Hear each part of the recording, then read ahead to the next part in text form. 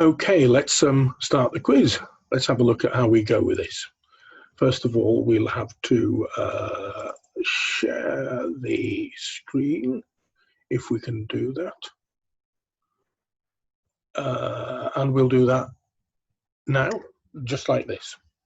And hopefully things will work out for us quite well. So if I bring my little jiffy down to the bottom there, that might help. So this is the first of our online quizzes. So there are 150 points up for grabs, 30 questions for you to look at, meaning that we're going to give 5 points for each question that you get right. So thank you all for joining us for the first ever online Doug quiz. Okay, then we'll progress. Let's see what we've got next up on here. Oh yes, remember, don't shout out any of the answers unless you have muted your microphone. That's quite important. Otherwise, all the other people joining in the quiz will actually be able to hear what you say. And to help you keep count, to make it easier for you to mark your results at the end of the quiz, please write down the question number on your piece of paper. The question number will be shown above each question in red as they appear on your screens. For example, the first question will be Q1, and you'll see that on the very top in red, just like you see in this animation. If you've got any questions for me before we start, we can start the quiz. Okay, then see if you can mute your microphones. We can turn them off or back on again when we come to the marking at the end, so we can have a little bit of fun. If anyone has anything to ask during the course of the quiz, turn your microphone back on and just ask away. We'll do our best to answer. Okay, let's move on to our first question. One of the 7 wonders of the world is called the Hanging Gardens of what? One of the 7 wonders of the world is called the Hanging Gardens of what? Or where? We've got roughly 30 seconds to answer every one of these questions because of the limitations that we have on Zoom time before we actually get kicked off. We can always come back on, but it's easier if we can get the quiz all done. And here is a computer representation of the hanging baskets of where? Hanging baskets of where? On to question number 2. Which European city is split by the river Danube? The river Danube. Which European city is split by the river Danube? There is the Danube in all its glory. And there you go, a bit of music while you think about it.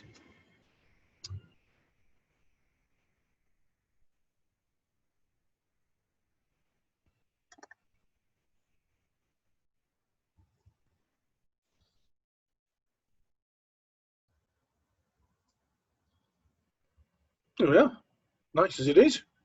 We'll have to move on to the next question. Can have plenty of time to play music. Question 3 is which country in the world has the longest coastline? The very longest coastline, and just as a matter of fact, very shortest coastline of any country is actually Monaco. So which country in the world has the longest coastline is your third question. Oh, and here's a pretty coastline. Very pretty. There you go. I wouldn't like to go swimming there. I think those rocks are either going to be stone cold or very hot. On to the next question. Question 4. The longest road bridge in Europe spans an astonishing 10.4 miles. In which country is this bridge located? So 10.4 miles in length. Which country is this bridge located? And it's the longest one in Europe. I'll probably be able to tell you at the end what the bridge is called as well, which is a tiny bit of useless information, but nevertheless. Question 4. Oh yes, and there's a representation of what the actual bridge looks like. Pretty good picture that. Doesn't look like 10.7 4 miles in length, but those sort of elevations that go off into a curve there actually do cover 10.5 miles, because there's some on the other end as well. Actor William Roche has played the role of the same character on which long-running TV soap opera since the very first episode was aired? What's the character called? What's his name? What's the character's name? William Roche's character. That's the fifth question. Well, as the bars on the screen at the moment denote, we're going to stay on the subject of television for question 6, and which famous natural history documentarian and so-called national treasure became BBC Two's programme controller between 1965 and 1969. 5 points for that one, if you can get that one right. We're going to give you a few minutes, a few seconds to think that one, but jot it down as question 6 on your piece of paper, making it much easier for us to mark it all at the end and try and work out who's won. Ah yes, this of course is BBC Two, as it was in those happy glory days of television. Probably the 1970s, maybe even the early 80s, that logo appeared. Question number 7. Who commentated on the BBC's coverage of the Eurovision Song Contest? And he did it for 35 years, until this person quit in 2009. Controversy over nil point for United Kingdom, always getting nil point by our delightful European friends, who may well have liked our music, but certainly didn't think of awarding the points to the United Kingdom. And the BBC commentator got a little bit cheesed off and decided, well, he's had enough. 35 years, nil point was a bit much. Too many nil points. And I've got this here just to a little bit of to remind us of Eurovision successes.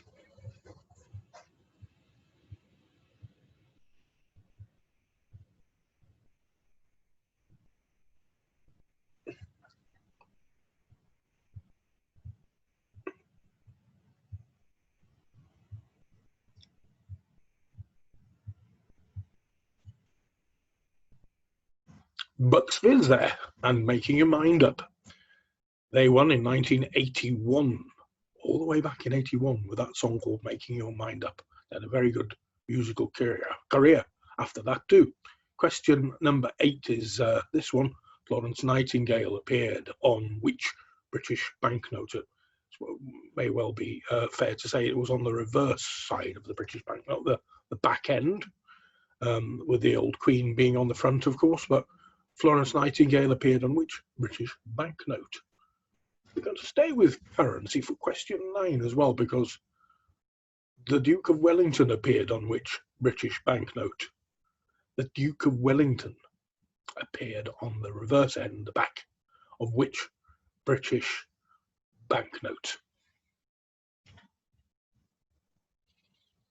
More money. Question 10. Which eminent scientist appeared on the very last version of the British £1 note? There's Her Madge in all her glory on the front, looking quite young there actually, but on the rear of this was an eminent scientist. Who was it? What was his name? That's your 10th question.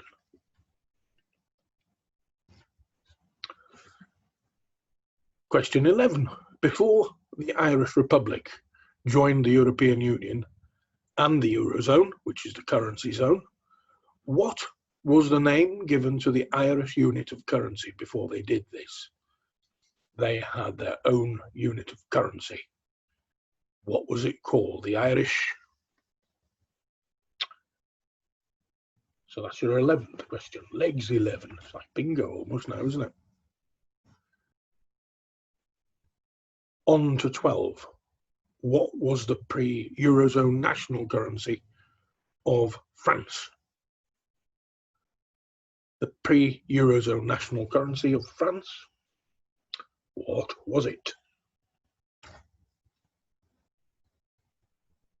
Like the money questions, because it's question 13. What was the pre-Eurozone national currency of Spain? Remember the happy days? Well, we obviously, as British people, still have to change our currency. But do you remember what it was before it became the euro? What was the Spanish currency called? Question 14. Currently, what is the national currency of Poland? They never joined the Eurozone, and a bit like the UK. And I think Norway and Switzerland didn't either. So what's the national currency of Poland? They've still got their own.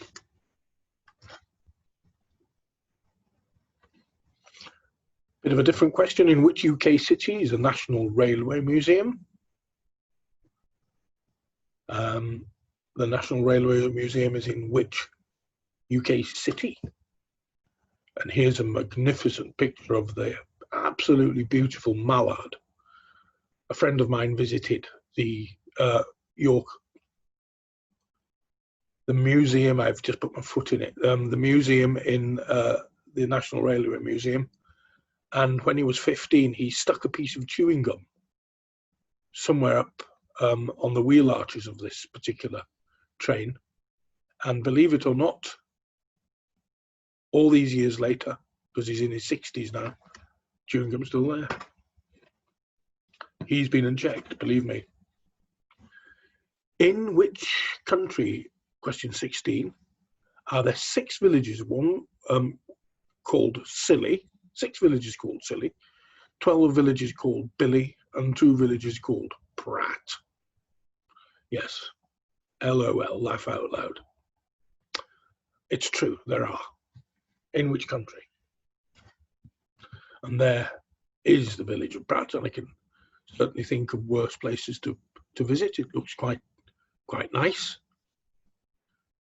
The village of Pratt, in which country is it? That's the main question here. Question 17, we're more than halfway now. In what year did the UK begin broadcasting television programmes in colour? In what year did the UK begin broadcasting TV programmes in colour?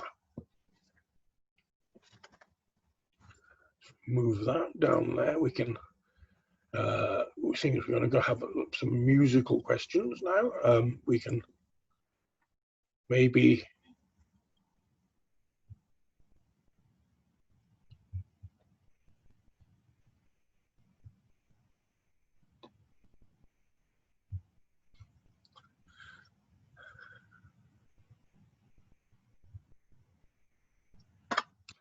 Yes, it's top of the pops time.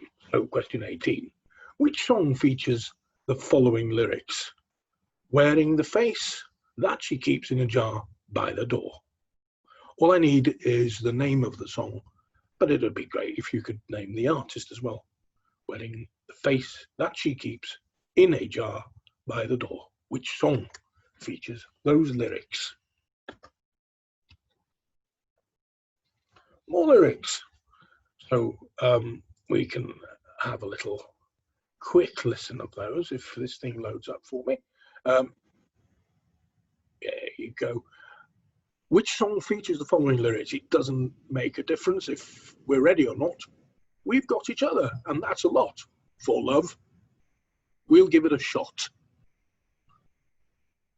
So there you go.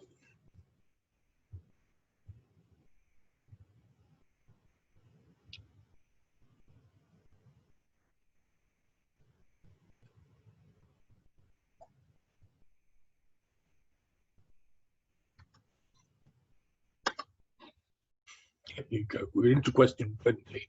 10 to go from here.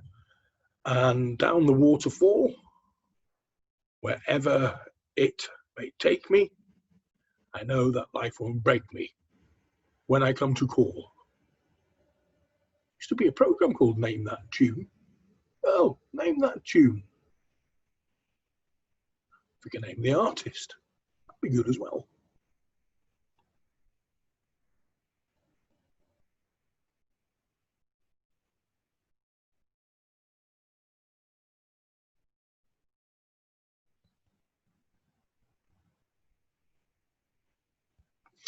There you go. We're on.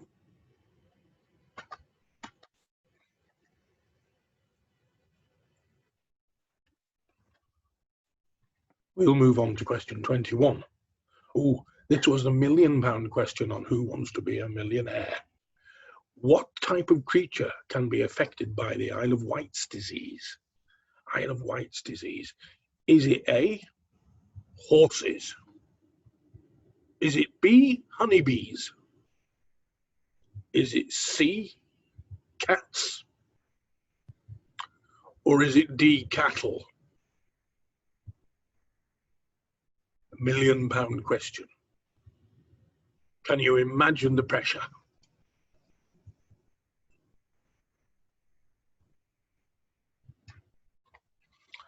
That was a question from Who Wants to Be a Millionaire? And of course, this one is another question from Who Wants to Be a Millionaire? So, what's the more common name for a lexicon? A lexicon. Is it a psalm book? Is it a travel guide? Is it a dictionary? Or is it an autobiography?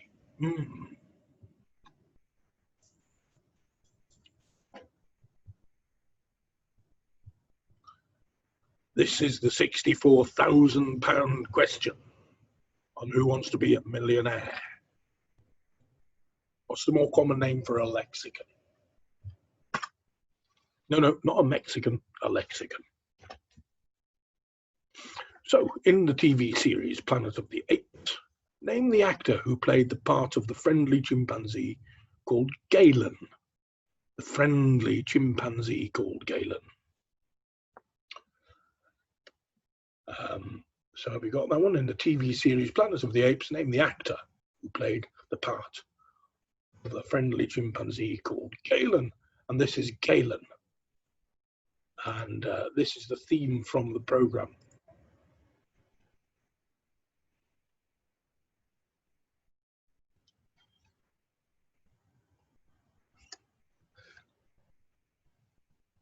Planet of the Apes.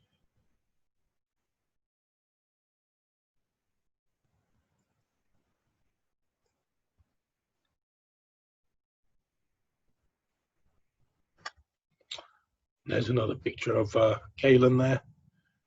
What we want to know is who the actor was. 24. Which car manufacturer produces a model called a Polo? Old Jezza Clarkson doesn't seem to know the answer there, and I don't think he cares. Doesn't care very much at all. So which car manufacturer produced a model called the Polo? There's your question. Question 25. Which car manufacturer used to produce a model called the Maxi? A good one for you. And there is a picture of the Maxi there. The colour was called Harvest Gold. That colour was called Harvest Gold, although more popularly referred to as Baby Poo Yellow. And you can see why. The car next door to it was finished in that orange colour, which was called Blaze, which was actually quite a nice colour. I remember my grandmother had an Austin 1300 in Blaze, and I actually liked it a lot all those years ago. 26, with 4 more questions to go after the end of this. Which stately home was the first to open its doors to the public? Was it A, Bewley, B, Blenheim Palace, C, Wilton House, or D, Longleat? Which stately home?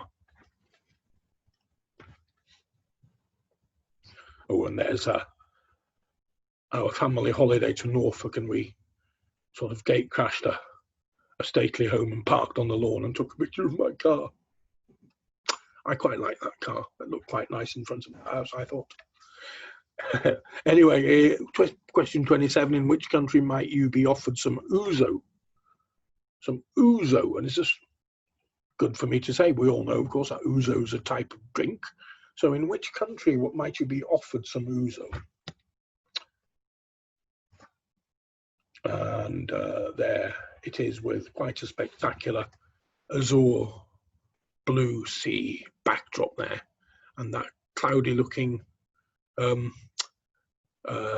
drink is some ouzo, I presume. 28 questions. What is the second name of the composer Wolfgang Mozart? So he has a second name. What was the second name of the composer Mozart? And here he is, looking quite impressive, I must say. What was his second name? Question number 29, one to go. Who played the part of country vet Siegfried Farnan in the BBC television series All Creatures Great and Small? Who played the part of country vet Siegfried Farnan in the TV series All Creatures Great and Small? And I can tell you that there's a remake of this series coming on Channel 5 later in the year, in the autumn, with completely new actors, and of course most of them, like the guy who did play Siegfried, has long since, well, he passed away last year actually, very sadly. That's your 29th question. Oh, and there he is. What was his name? Moving on to the final question, and the final question is, which European country is credited for the invention of the hot dog? Or hot dogs. We tend to think of hot dogs as being kind of American these days, don't we? It's a sort of a drive-through thing, a bit like McDonald's with mustard and ketchup. But another European country was actually credited with inventing the said delicacy, if it is a delicacy. Well, I like them. There's a little bit of an advert, and there's the mustard and the ketchup all swirled on the top. So you should have on your bit of paper, you should have 30 answers, and if they're right, you can award yourself 5 points for each. So here are the answers. I'm marching on because I don't really want to end up being too late, and we're timing out on our survey here. We've only got 40 minutes to do all this. The Hanging Gardens of course, Babylon is answer number 1. So 5 points for that if you've got it right. Answer number 2. The River Danube is split, as you can see, by a bridge there. A city of two halves, split by the River Danube, and that city is Budapest. The country with the longest coastline, 151,000 miles, no less, is Canada. Canada has the longest coastline in the world. As I might have mentioned earlier, bit of useless information, the shortest coastline is the country of Monaco. The longest bridge in Europe, 10.4 miles, is in Portugal. Bridge is called the Vasco da Gama Bridge after the famous Portuguese navigator and explorer, a thing that the Portuguese were pretty famous for. William Roach played the part, or plays the part even, of Ken Barlow. I think he's easing off a little bit now, but there you are. The answer to question 5 is Ken Barlow. 6th answer you should have on your paper is Sir David Attenborough. He was programme controller for BBC from 1965 to 1969. and oversaw the first colour broadcasts on the BBC, and indeed the first colour broadcast in the United Kingdom on BBC Two. The guru for Eurovision Song Contest for 35 years, presided over what last one of them was Sir Terry Wogan. And there she is. Florence Nightingale is your answer, number 8. And there she is, featured on the back of a £10 note, just like the Duke of Wellington featured on the rear of a £5 note. The old blue fiver. There it is, quite a nice note, that one. Still looks like money to me, and it was actually worth something back then. The man with the Toblerone, Sir Isaac Newton, featured on the back of a £1 note. And there you are, where God, paper money. When he had a pound, he had folding money back in the day. Pre-European currency of France was the French franc. Pre-European currency of Spain was the peseta, pesetos. So you went to the exchange office and asked for some potatoes to go to Spain. There you go. Your 14th answer should be the zloty, national currency still of Poland.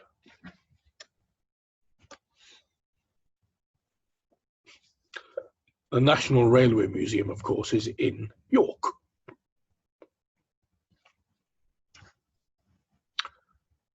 Those funny place names like Silly, Billy and Pratt, they're all in France. Yeah, and there's that little picture of the village of Pratt, again looking quite inviting. Answer number 17. The first colour broadcasts ever to be aired on British television was in 1967, and the programmes they featured on that first programme was the tennis championships from Wimbledon. Our musical question, Eleanor Rigby is the title, and it should be your answer number 18, by the Beatles. Answer number 19, Living on a Prayer by Bon Jovi. John Bon Jovi there, Living on a Prayer, and that should be your 19th answer.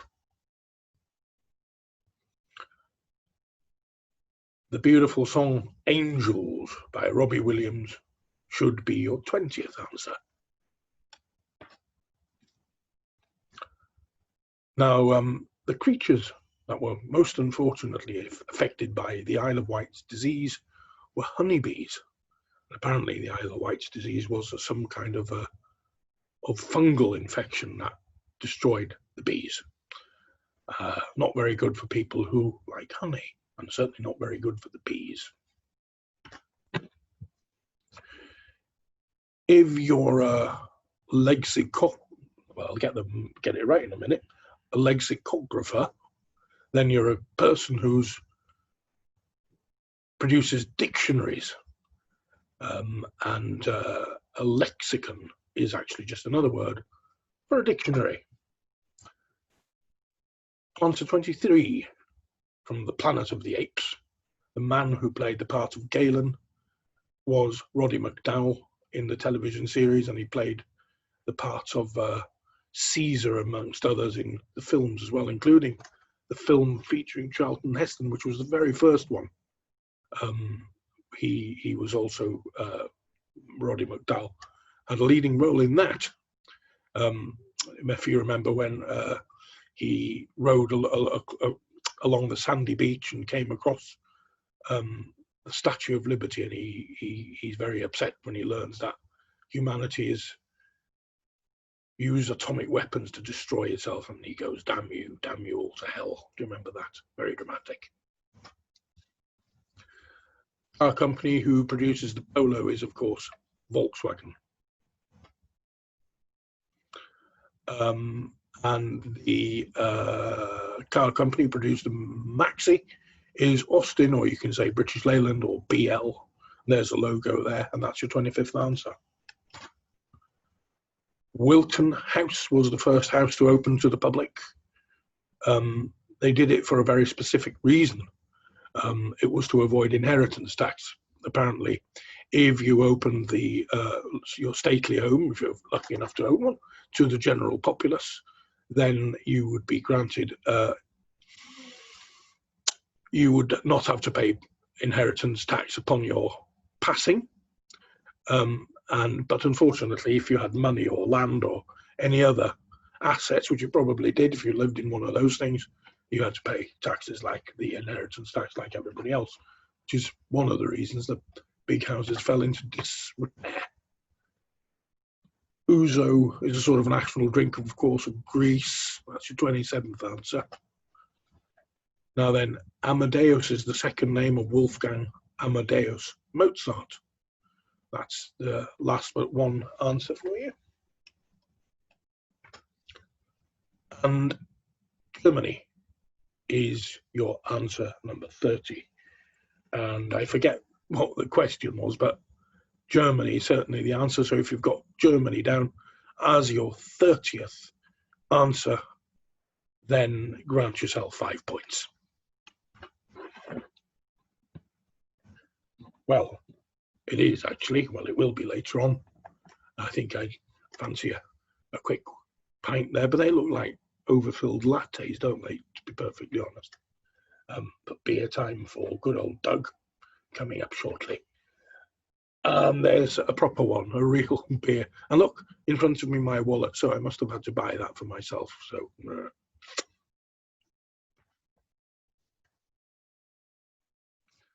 thanks for taking part in the quiz. I'll hand you back now to Mary, and I'll see you soon, although I'll still be in my little icon there for the rest of this session.